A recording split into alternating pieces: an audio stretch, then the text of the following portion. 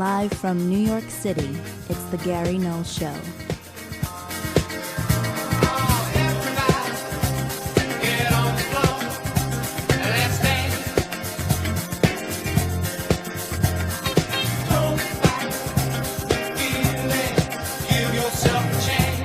And now, your host, Gary Null. Shake, shake, shake. Shake, shake, shake. Shake your booty. Shake your booty. Hi everyone, I'm Gary Null. We have a lot to share today, always with the purpose of empowering our audience. We're going to talk about the University of Putra in Malaysia that published in the Journal of Herbal Medicine about how Soursop, that's sour, S-O-U-R-S-O-P, it's a plant. It's bound to kill cancer cells, reduce inflammation, and fight infections. Now that's in Malaysia. They've been doing this for hundreds of years in Jamaica, Barbados, Trinidad, Cuba. But we'll share that with you. Also today we have a commentary I'll be doing from part of it, Chris Hedges. I'm also going to offer my own insights, and I'd like your insights about guns, veteran suicides, crime, just some random thoughts. Also today, we'll show you some videos, including one about does hepatitis B vaccine cause defects? Now you can watch this by going to youtube.com/PRNFM. Also, why young people are more depressed than ever before. And I'd like you to call in afterwards and share your points of view. I'll hold off on my own. Again, our talkback number is 888-874-4888. 888-874-4888. And time permitting, a very brief 2-minute Elon Musk on it's too late to stop artificial intelligence. But then we have another piece that we're starting this coming over the next 4 or 5 days about how dangerous artificial intelligence is, and yet the danger side is not being advocated or discussed at all. We will.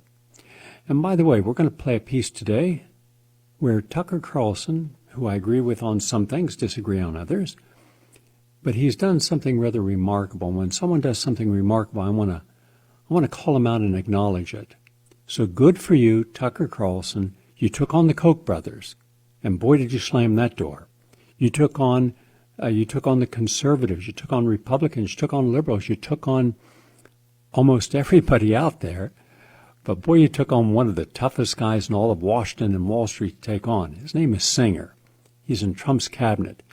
Nobody generally takes this guy on because he is known as being a formidable person who goes right after you.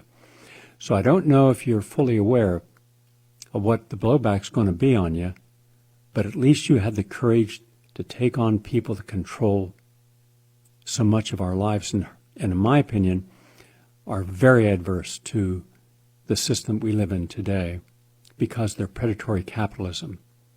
So on this issue, good for you. I believe you're on the right side of being a very responsible person to speak out, and with the second largest audience, and you're just about ready to catch Tucker Carlson. There's only 150,000 viewers separating you. I believe that since Sean Hannity tends to be always on the same page with the same guests and doesn't engage in the debates, when he does, he never allows anyone to talk. But within the next 6 months, you'll probably be the number one cable guy out there. Just keep focusing. We'll disagree on many things, on immigration, but on this one, when you cite someone either in the deep state, you took on Google, you took on Facebook, and you were right. You're bringing people on who are not just the typical Fox corporatists and neoliberal agendas. So we'll play that clip for you. So Jesse's going to get that ready. So we always add a variety of topics, but we always start with the latest on health and healing. Now, Annona, A-N-N-O-N-A, Muricata, M-U-R-I-C-A-T-A, by the way, it's called Soursop, It's a tropical plant known for its many medicinal uses. It has little spines on it. It looks about the size of a mango, green, and you can't eat it until it's a little soft. And it's kind of a bittersweet quality. But it's not the plant eating it that makes a difference. It's generally the leaves. And that's where the serious healing properties come from. But now science is establishing that the traditional native healers were right all along. It treats diabetes and it treats cancers. And according to the studies, and there are many, soursop is rich in phytochemicals that give it plenty of beneficial properties. These include anti-inflammatory and antibacterial and antifungal properties and antioxidants. An in vivo study also revealed that soursop has immunomodulatory, antidepressant, hyperglycemic, hepatoprotective, and anti-tumor properties. Wow. In a study published in the Journal of Herbal Medicine, a respected journal, researchers from the University of Putra, Malaysia, examined the cytotoxicity as well as the anti-tumor and antioxidant activities and found that they isolated what is called acetylgenin. And it is a very powerful nutrient in the soursop. So it kills cancer cells. It's that simple. By the way, soursop belongs to the family of what is called Annonaceae, Annonaceae. It's also known as the custard apple family. That's the first time 30 years ago down in Jamaica I heard someone say, when I asked them, what's that? They said, oh, that is a custard apple. It's a fruit. It grows everywhere in tropical regions, Central and South America, Western Africa, Central and Eastern Africa, and Eastern Asia. Many studies on its therapeutic properties. Has over 200 phytochemicals. In fact, someone that I'm working with right now who has end-stage cancer and who's following a very disciplined protocol and for the next 2 months. And then they were tested. I insist they be tested by their oncologist at a major New York cancer center. Get all their tumor markers, so I had hard objective data. Because I'm tired of every time I help a person reverse their cancer, the doctor says, well, they must not have had it. Well, then why were you treating them and giving them chemotherapy and radiation for the last 2 years, and then it came back? And then you treated them again, and it came back. Then you said, there's nothing more we can do. Are you saying they never had that? Well, then they got a malpractice suit. It's just impossible for the orthodoxy to establish a mindset that allows a variety of approaches to the truth. I'll have a commentary for you on that later this week. Also, it was 10 years ago that a person asked me, what is necessary to get pregnant? And can you get pregnant when you're in perimenopause? The answer is yes, you can. And sometimes perimenopause, which is before menopause, can last anywhere from 3 to 4, clear up to 10 years, depending on the person's own biochemistry. And yes, you can get pregnant, even if you have intermittent periods. But I said at the time, be very conscious that before anyone should have an intentional pregnancy, they should go through at least a 1 and ideally 2-year preparation, not just physically, because anything that's defective in the male or female body, biochemistry, can adversely affect the development of the fetus. So I said, now that's just the physical part. It could take you a year to detoxify from heavy metals. Do you know which heavy metals? Nope. Ever had a heavy metal? Nope. Well, mercury, lead, cadmium can adversely affect the developing fetus.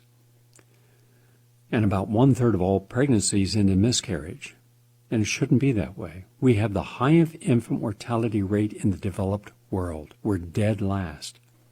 So we're doing a lot wrong, and part of it's in preparation. But then we have to prepare ourselves epigenetically, meaning that for 7 generations back, you could be influencing your DNA, which becomes the DNA of the developing child, from what happened in someone's life. So shouldn't you take the time to find out about your in-laws and relatives, I should say, and what you can do to change the outcome of that epigenetics? Anyhow, the person didn't listen to me, and because they listened to their obstetrician, oh, just go through this fertilization process, which costs a fortune. It's not necessary.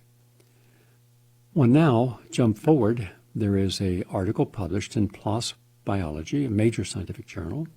Quote, diet has rapid effects on sperm quality, from a Linköping University in Finland. Quote, sperm are influenced by diet, and the effects arise rapidly. This is the conclusion of a study by researchers at Linköping University in which healthy young men were fed a diet rich in sugar. The study, which had been published in PLOS Biology, gives new insight into the function of sperm and may in the long term contribute to new diagnostic methods and measure sperm quality. So, we've been saying this for a long time. Don't just do something and expect there's going to be a happy outcome. Do it with intent to understand as much as you can. From Johns Hopkins, Bloomberg School of Public Health, published in the respected European Respiratory Journal, high antioxidant fruits top the list of lung protection. And guess which fruits they found at the very top of the list? Tomatoes. Mind you, tomatoes are a fruit, not a vegetable. But also right behind the tomato were apples. So apples and by the way, you can juice tomatoes and apples together. You can even do a smoothie with the apple skins. The current investigation, which is part of the Aging for Lungs in European cohort study, found that those who had the highest intake of apples and tomatoes had a substantial improvement in lungs. Vitamin C was considered the most important vitamin. Bananas were up there, and herbal teas like green tea all help you, and that's important, especially if you've been a smoker.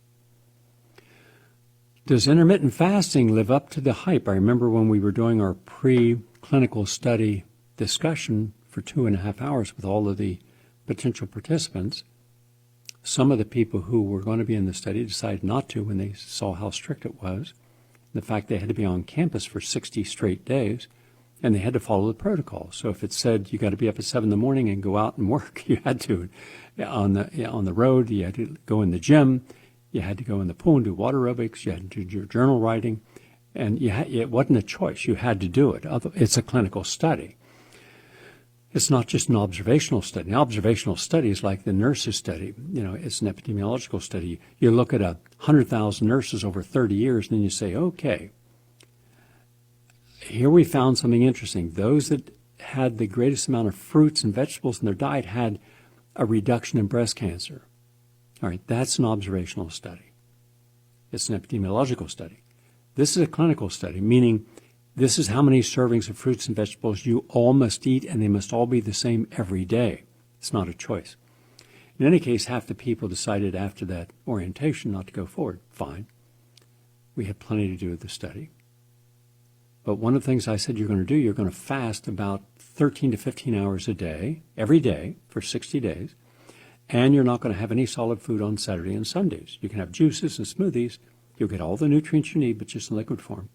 But you're fasting from solid foods. And people question, well, gee whiz, will I be hungry? No, not when you're drinking 15 glasses of juice a day with all the nutrients we had in them. And here's from today, just today, from Johns Hopkins University, quote, current scientific evidence supports claims made for intermittent fasting. Co-author Mark Mattson, a professor of neuroscience at Johns Hopkins University School of Medicine, has studied the health impact of intermittent fasting for 25 years and adopted it himself about 20 years ago, and writes that, quote, intermittent fasting could be part of a healthy lifestyle. And then it went on to publish an article on the human studies, and all these different animal and human studies showing this. Let's go back a moment. Let's go back to 1972. By the way, this was published in the New England Journal of Medicine. In 1972, I did a study, and it was a controlled study. Controlled studies where you have half the participants doing a protocol and the other half not. And in this one, I had 500 rats that were not being fasted and 500 rats that were fasted. Every week for 2 days, there'd be no solid food given to the rats. At the end of their normal lifespan, they lived 22 to 27% longer than the control rats. That was the first study. And it was considered too radical for the board at the Institute of Scientists, because you'd have to be at one of these board meetings. First of all, they all smoked, and they drank, and they were overweight, and they're highly stressed. They were all looking for their Nobel Prizes, and they didn't believe in anything when it came to health. Eat anything you want, doesn't matter. Well, that's what most of medicine believed also. In fact, the American Arthritis Association actually came on my radio show in 1975 to debate me on the subject of food and beverages and arthritis, and their top spokesperson, a very articulate, nice man, said there is no association between any food or beverage either creating arthritis or relieving it. That was their official position. Wow. How wrong can you be? How many people suffer because of that? In any case, they were wrong. So I redid the study again. This took a whole year and a half, by the way. So it's 3 years out of my life to prove that intermittent fasting. So I started to incorporate it in all my protocols. But there it was. And because they didn't publish it, Dr. Roy Warford of UCLA got all the credit for doing this 7 years after I did mine. I did 155 studies in 33 years. And some they released, but most, if it was too esoteric, they simply ignored it. But at least I had a chance to do it, and that was good.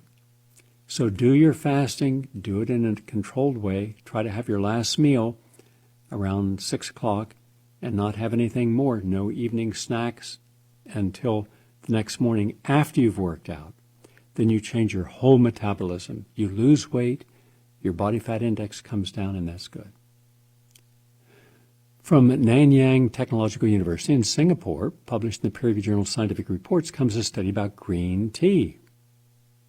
And they found that there's a compound in green tea, I've mentioned it many times, EGCG, standing for epic galactocatechin gallate, and it's in the green tea leaves, and it's great against tuberculosis. And that's what they found in this study. So these Mycobacterium tuberculosis cells require the enzyme FATP synthesis to generate energy for their activity.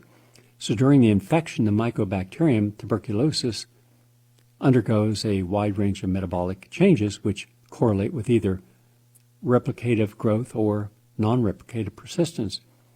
And that's where green tea comes in. It blocks that process. So it helps stop it. So for all of you who are going to be traveling in places around the world where you could be exposed to tuberculosis, just remember green tea makes a difference. From Beijing University of Chinese Medicine, published in the Journal of Alternative and Complementary Medicine, comes a study about acupuncture. And once again, acupuncture isn't just for pain. Lots of studies on acupuncture and pain in peer-reviewed journals. It helps with getting you a better night's sleep. So that's what it found here. And this was a randomized controlled trials, and it was very effective and safe. So if you have trouble with insomnia, want a better night's sleep, then try acupuncture.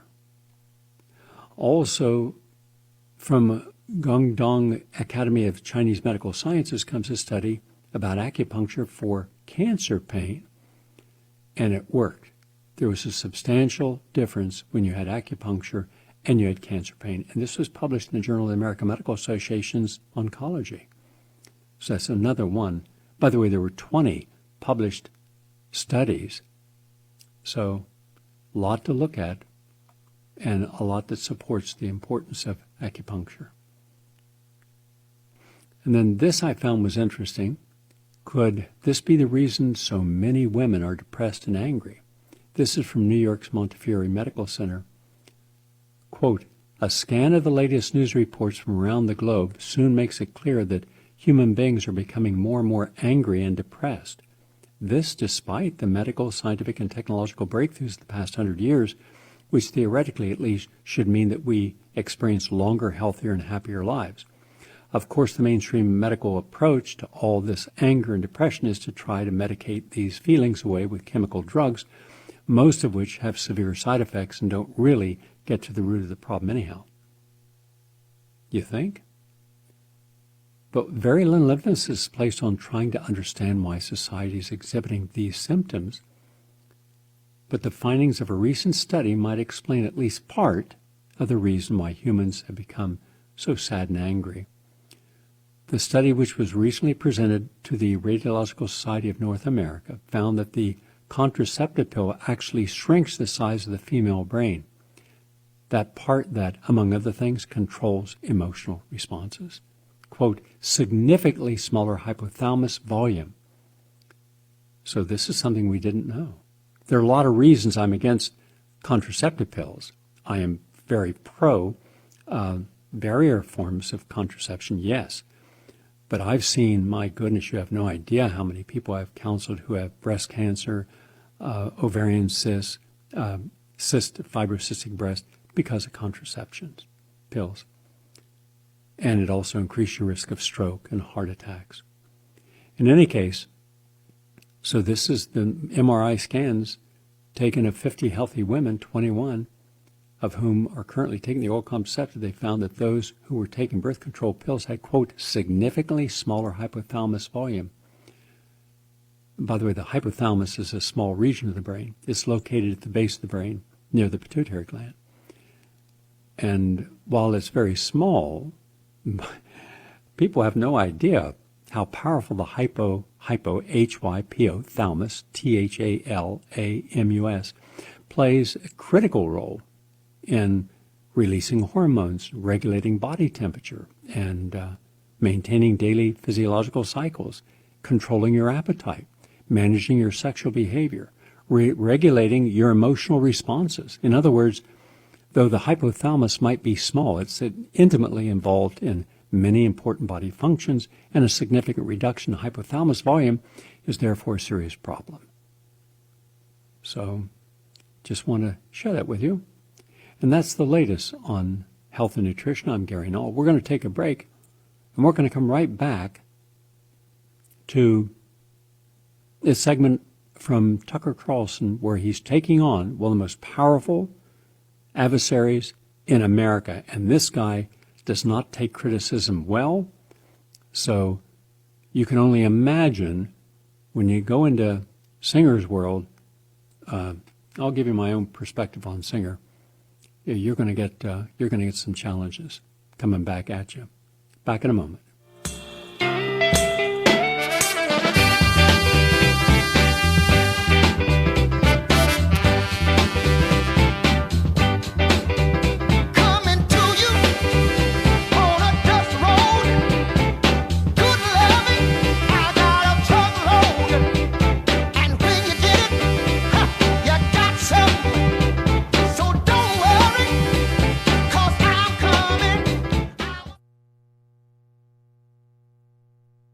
Is because the economy is so different. And one of the reasons that is true is because of finance, hedge funds, private equities, the role of investment banks.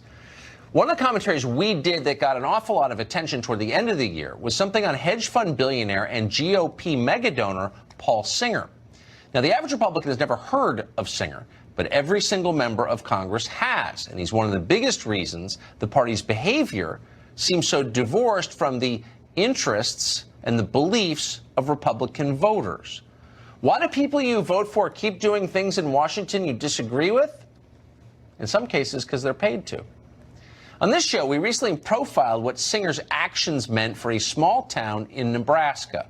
That segment got a big response. Here's what we said. If you spent any time driving around America recently, you may have noticed that an awful lot of the country seems to have shriveled up and died. Take a trip on Route 2 in Maine sometime and count the boarded up paper mills and abandoned houses you see. Or head down Route 23 in Michigan or Ohio and consider the empty factories ringed with barbed wire. You'll see a lot of them. Outside the coastal cities, scenes like this are everywhere. This is your country now. Shuttered car dealerships next to defunct restaurants, across street from thrift stores and methadone clinics. That's America. Community after community. Desiccated, empty husks with nothing left. Huge swaths of the United States class. Tycoons accumulated fortunes, but they also felt some obligation to the country around them. Steel tycoon Andrew Carnegie famously built stone libraries around the country for the edification of people beneath him. John D. Rockefeller and many other so-called robber barons set aside huge portions of their wealth, and in some cases their property, to make this country better. Yellowstone, Acadia National Park, etc. Maybe most significantly, in January of 1914, Henry Ford more than doubled the prevailing factory wage to a then remarkable $5 for an 8-hour day. Ford didn't have to do that. Libraries dump what remains to the highest bidder, often in Asia. It's happened around the country. It has made a small number of people phenomenally rich. One of them is a New York-based hedge fund manager called Paul Singer, who, according to Forbes, has amassed a personal fortune of more than $3 billion. How has Singer made that money? We made a lot of it by purchasing sovereign debt from financially distressed countries that were in trouble, usually at a massive discount. Once a country's economy regained some stability, Singer would bombard its government with lawsuits, a massive public relations campaign originating here in Washington sometimes, until he made his money back with interest. The practice is called vulture capitalism, feeding off the carcass of a dying nation. In some ways, it's not so different from what Singer and his firm, Elliott Management, have done in this country and to this country. Over the past couple of decades, Elliott Management has made billions by buying large stakes in American companies, then firing workers, driving up short-term share prices, and in some cases taking government bailouts, insult to injury. Bloomberg News once described Singer as, quote, the world's most feared investor. And that tells you a lot. No one's even pretending Paul Singer's tactics are good for anyone but Paul Singer and his fund. Consider the case of Delphi, the automotive parts supplier. During the last financial crisis, a consortium of hedge funds, including Singer's Elliott Management, purchased Delphi. With Singer and the other funds at the helm, the company took billions of dollars in government bailouts paid for by you. Obama's auto czar compared those tactics to extortion, but they continued anyway. Once they had the bailout money, the funds moved most of Delphi's jobs overseas and then either cut retiree pensions entirely or shifted the cost to taxpayers. With later financial commitments at home and cheap factories abroad, Delphi's stock soared. According to investigative reporter Greg Palast, of the 29 Delphi plants in operation when the hedge fund started buying Delphi's debt, only 4 were still operating in the United States by 2012. That means tens of thousands of unionized and white-collar workers lost their jobs. Paul Singer's hedge fund cashed out for more than $1 billion. See how that works? Well, some countries, including the United Kingdom, have banned this kind of behavior. It bears no resemblance whatsoever to the capitalism we were promised in school. It creates nothing. It destroys entire cities. It couldn't be uglier or more destructive. So why is it still allowed in the United States? The short answer, because people like Paul Singer have tremendous influence over our political process. Singer himself was the second largest donor to the Republican Party in 2016. He's given millions to a super PAC that supports Republican senators. You may never have heard of Paul Singer, which tells you a lot in itself, but in Washington, he is rock star famous. And that may be why he's almost certainly paying a lower effective tax rate than your average fireman. Just in case you're still wondering if our system is rigged. Oh, yeah, it is. Tonight we want to tell you a little more. Okay, good for you, Tucker. You took on a giant in Washington, not a positive giant, and you called him out. Let me share a few more things about it, Paul Singer. As Tucker mentioned, he heads a hedge fund, Elliott Management, the GOP's go-to guy on Wall Street and the Republicans' main power broker. The hedge fund he oversees has got $33 billion. Now, he gives a lot of money to the Koch brothers organizations, including the Tea Party Club for Growth. He was a leading supporter and still is of Mitch McConnell. That's a negative. And he is considered the most feared activist hedge fund around the world. He relies upon a shadow world of private investigative services populated by ex-cops, former lawyers and prosecutors, and former investigative journalists and one-time spies from the CIA, Mossad, and M15. Last year, the $35 billion fund subjected 24 companies to its demands. He's got a very aggressive reputation, known to search for information on its opponents, a skill honed in its battles with sovereign debtors, including Argentina and Peru. Singer was involved in a 15-year public battle with the country of Argentina over repayment of bonds. Elliott Management bought $600 million worth of Argentine bonds for $100 million in 2000. The country experienced a severe economic depression shortly afterwards, leaving them unable to repay the bonds. Then Singer convinced a court in Ghana to let them seize a 338-foot Argentine Navy vessel, which had 69 crew members of the Argentine Navy and a crew of 220 on board. The Argentine government settled with Singer. They gave him $2.4 billion. Mind you, originally he only invested in $100 million. In the mid-1900s, it was awarded $58 million judgment on Peruvian debt that it had bought for $11 million. It walked off with $90 million on Congolese debt that it acquired for $20 million. He donates a lot of money. He backed Marco Rubio, and he also was the main funder for the swift boat vets to attack John Kerry. Just some additional things about him I thought you should know.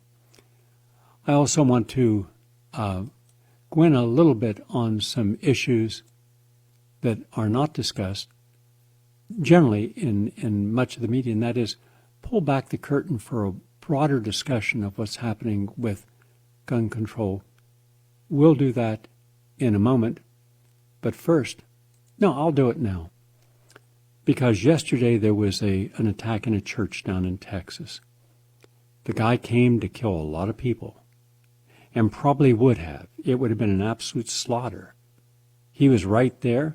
There are videos of him, and he had people at point-blank range, and he killed one. But then 5 parishioners who had sealed arms got up and shot at him, and the guy, one shot, and he went down. Turns out the guy who shot him was an instructor in small arms. Here is the issue, the broader perspective of the issue. We currently have a desire to limit the type of firearms that are being offered, and assault weapons, I believe, should not be sold. It's my own personal view. However, I do believe that we need the Second Amendment, but for reasons that people generally are not aware. I could take you back through history and show you example after example of countries that disarmed, and those countries ended up having no way to challenge the government when the government came in to take over the people and use the arms to kill the people. And we're not talking about a few people. We're not talking about, let's say 1,000. We're talking about millions of people. Now, I'll get to that in a moment. I don't trust my government because my government, by historical reference, has not shown that it can be trusted. The most current example is how they lied to us at every administration, conservative and liberal administration, from the Clintons to Obama and to Bush. They all lied, and Trump, about the wars we should be in, regime change, and especially involving Afghanistan, the longest war in American history, that's taken a lot of our lives and the lives of innocent Afghanistani peoples, and yet they just went ahead and funded again. How do you do that? How do you fund a war after you've been told that everything you've been told about the war is wrong and lies? And you're not talking about a few people lying. You're talking about a lot of people lying. And yet we seem to think that that's completely normal now, that whatever our government tells us, we have to simply accept it when they're caught in a lie. Well, it's just a lie. So much of what we're taught today is not the truth. It is propaganda. and it's for those who stood outside the institutions that they once were part of, like Chris Hedges, Abby Martin, Glenn Ford, and Nellie Bailey, and others who then challenge the lies, and then they in turn are attacked. In 1911, Turkey disarmed its citizens. Shortly after that, 1.5 million Armenians were murdered in different ways, including a horrendous march, their own march through the desert without water and without food, similar to the Trail of Tears. In 1929, Russia disarms its citizens. Over the next 24 years, 20 million Russians are murdered. In 1935, China disarms its citizens. Between 1948 and 1952, 20 million Chinese are murdered. In 1938, Germany disarms its citizens. Over the next 7 years, 6 million Jews were murdered, but no one was able to fight back within Germany itself. In 1956, Cambodia disarms its citizens. From 1975 to 77, 2 years, 1.5 to 2.5 million people were murdered in the killing fields, Pol Pot. In 1964, Guatemala disarms its citizens, then goes on to murder 100,000 Mayans. In 1970, Uganda disarms its citizens. Over the next decade, 300,000 Christians are murdered. In 2012, Venezuela disarms its citizens, and unfortunately right now you have members of Maduro government actually firing on its own citizens, though that story is not about socialism. The deeper underlying story is America's undermined the government of Maduro, and the sanctions have hurt the average person, not Maduro. Maduro's like most of the other people involved in those countries. So when we take a look at mass killings, one issue that's not been coming up, I don't see anyone talking about, and that is how many of the people who are doing these shootings are on psychiatric medication and therefore have an altered perception of the world they live in. Well, we went back and we found that up to 90% of the mass killings over the last 30 years, we have the actual date, how many people were injured or killed, and that the people were on things such as Zoloft, Effexor, Prozac. Why is that never discussed, ever? Why don't we get the autopsy reports? I had to go out to Colorado and interview all the family, all the members of the Columbine massacre to find out that Eric Harris had just had an up in his Effexor prescription. And at that level, it can create emotional detachment and psychotic episodes. And those psychotic episodes can be to hurt yourself or hurt other people. But that's not even allowed to be discussed. Also, for the people who were there in that church yesterday, those are not people who have their hidden firearms because they're hunters. The principal number of people who have their guns are people who are there to defend themselves. This is from a Pew Research study. 4 in 10 gun owners are women. And 92% of women who have a gun say they have it for protection, not recreation. And these are not semi-automatics. These are handguns. 60% of men have it for recreation, and the male gun owners are more likely than female gun owners to say there's a gun that is both loaded and easily accessible to them at all times if they're at home. Also, 80% of people want mental health conditions checked before a person can buy a gun, any kind of gun.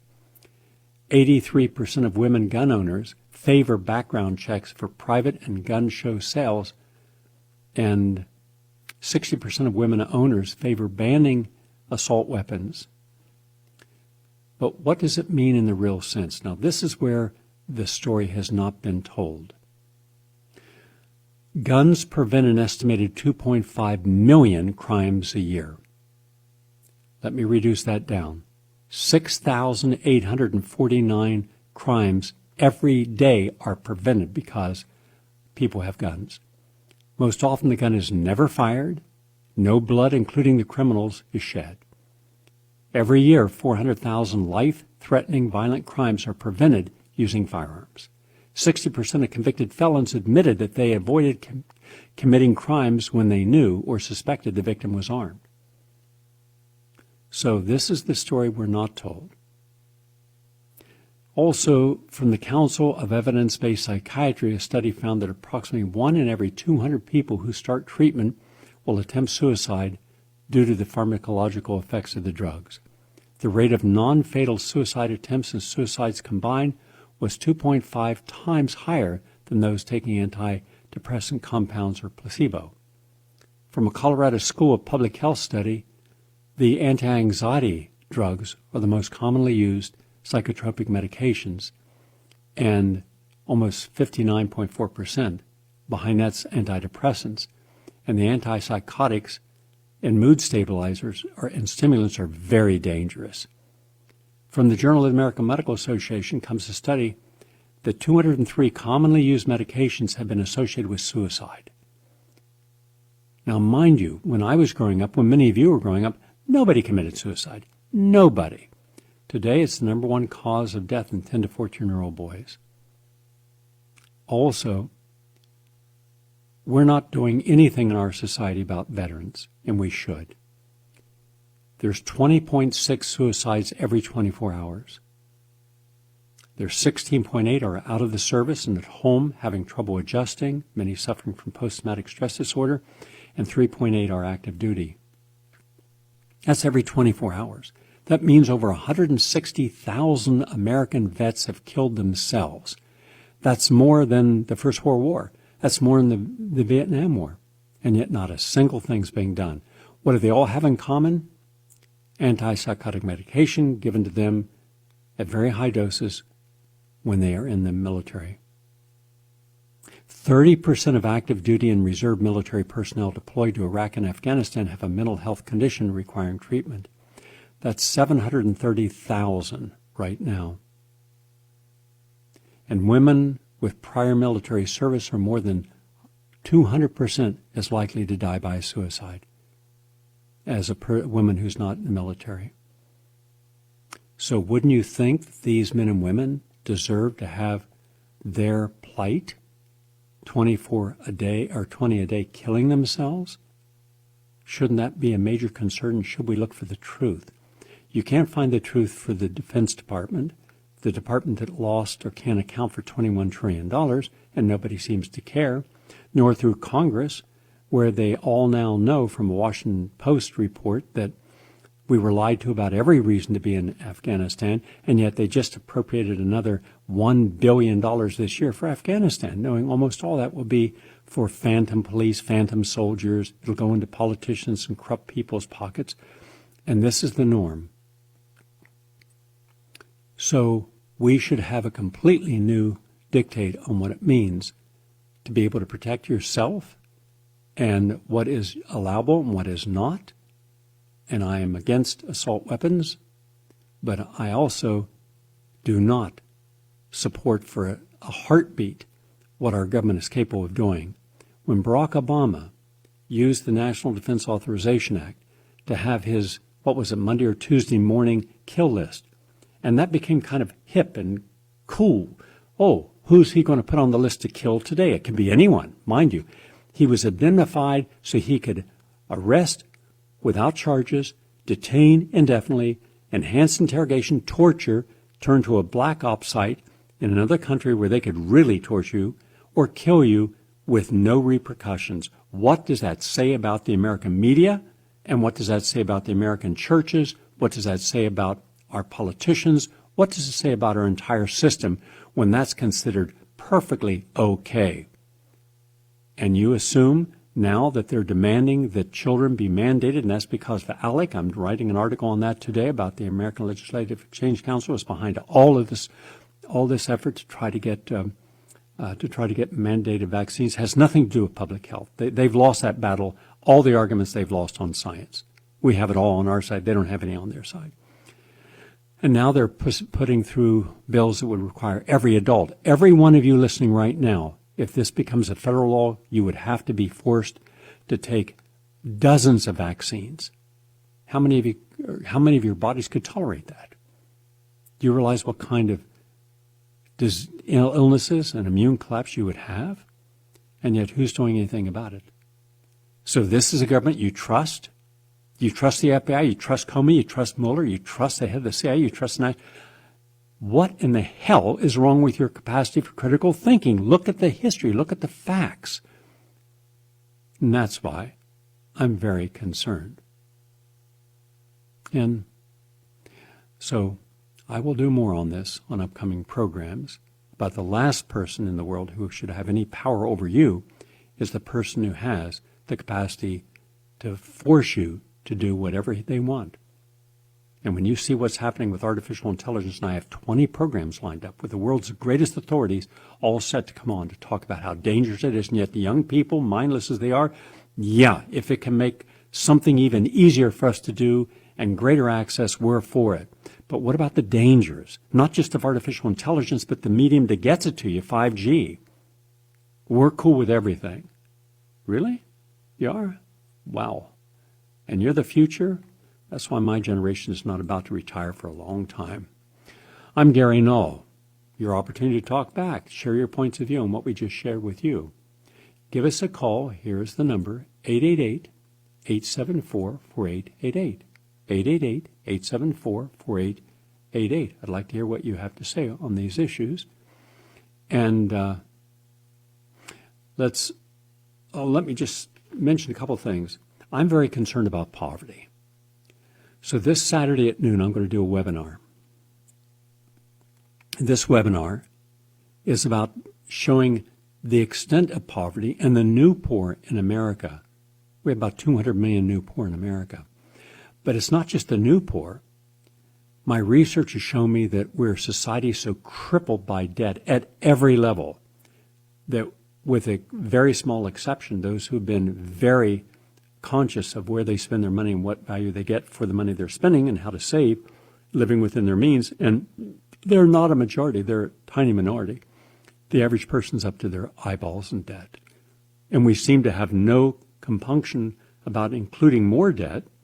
Having people included in this are people that are already out of school for 20 years but will not pay off their student debt before they die. That's the prognosis. Why can't we forgive that debt? What are the solutions to ending homelessness in America, ending the poverty in America? I'm going to deal with all this. I have my own commentary of how to deal with this. I'm even going to bring on the program one and possibly two people who are homeless, and or one's homeless and the other one had nothing except debt and and deadly sick in a hospital for 3 weeks in intensive care. And now they're both thriving. I took them in. If I can do it, and I've taken on almost 500 people in my life and gave them a place to live and work with them, help re-encourage their sense of self-respect and to get them back upon their feet, the resources they needed, and to re-enter society. Why can't others? Why can't all these famous people, from Michael Moore to, the Hollywood hotshots, why can't they open up their doors? What are they afraid of? Well, there are ways that you have to know who to bring in, how to help them. What if you don't have a place to bring, but you want to help a person? I got a whole list of things you can do to help homeless people if you don't have a place. If you have a place to bring them, how do you select that person? There's a whole criteria. I'm going to discuss this. All this is going to be discussed. This is going to be the most comprehensive webinar. My last one was 6 hours. I don't know how long this one's going to take. I'm not going to put a time on it, but it's going to take some time because I want people to know we should all be morally committed to helping those who have less than we do. So it's this Saturday, noon. Go to prn.fm and you can look at the information, sign up if you want to join me on Saturday at noon. Also, Sharon, our archivist, we're working on a major important project, and she said she would like some help. And so with that help, what we're doing is reading. So you'd be reading articles and highlighting important passages of articles. You'd be watching some documentaries. You'd be listening to some radio shows and highlighting important for a big project that we're doing. You can give Sharon a call directly, 646-926-5437. And finally, I just thought I would share this with you, and then we'll see if we have, we got a lot of people on. Just real quick, I want to share the results, because this morning, the last people from the anti-aging clinical study left to the airport, but we were out on the road, and an exact mile. Here is a woman, 65 years of age. She did 22 minutes and 7 seconds 60 days ago. This morning she did 12 minutes, 5 seconds. That means she's got 11 minutes in her. That means that she did phenomenal. She did 120 crunches first day in November. She did 400 yesterday. Push-ups, 10 first day, 50 yesterday. VersaClimber, 3 minutes, 23 seconds. Yesterday, 34 minutes. And I had her stop at 34 minutes when you're 1,000% improved over your first one, and there were more to go. And I said, remember, you got 7 more exercises to go. Her road training, she did 2 miles the first day and couldn't go any further, and then she just did 26.3 miles. She did a complete marathon. Ropes, 56 seconds, not even a minute. Yesterday she did 20 minutes and 10 seconds.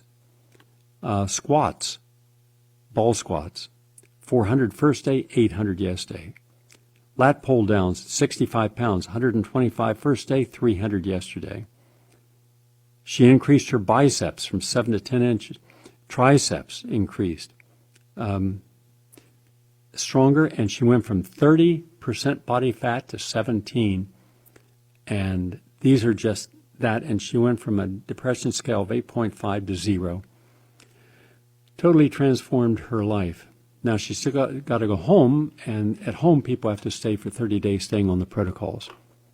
Anyhow, the major scientific conference just completed itself last week, and the director of it called and says, we're aware of the results and they're phenomenal, but you got to do them again with a different group of people come March for 60 days, but we're going to have our own scientists there observing everything every day, and we're going to live stream it to other scientists. They have 56,000 scientists in their group, the largest group of independent anti-aging scientists in the world. These are top guys from every major university. So there's going to be, we're setting up in the gym and lectures so they can have on-ground observers in this. And this is the gold standard, because we know that big pharma is not going to like what we're saying. And they're going to do everything they can to try to say, oh, that's nothing, it's nonsense. No, it's not. We're saving lives, reversing aging, allowing people, if they stick with the protocol, to add years onto their life and overcome disease in the process. Anybody who wants to be considered for this, call Luann Panesi.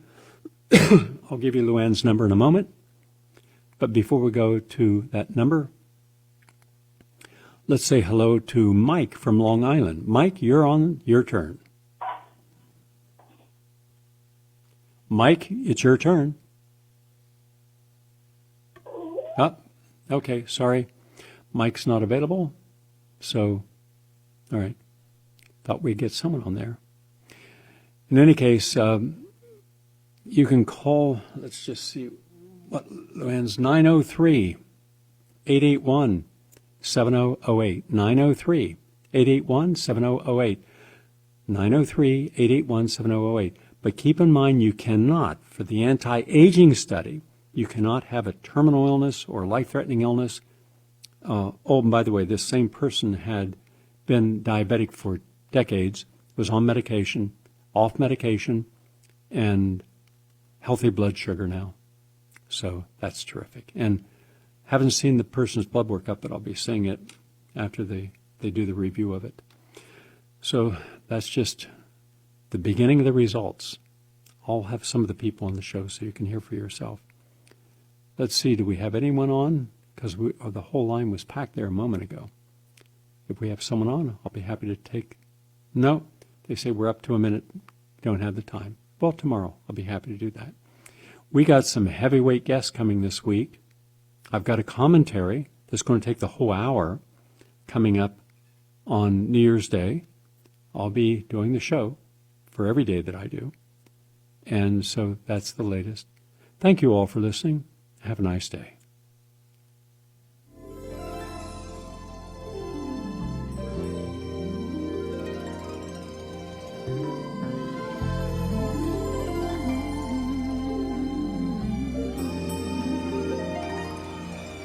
Come to me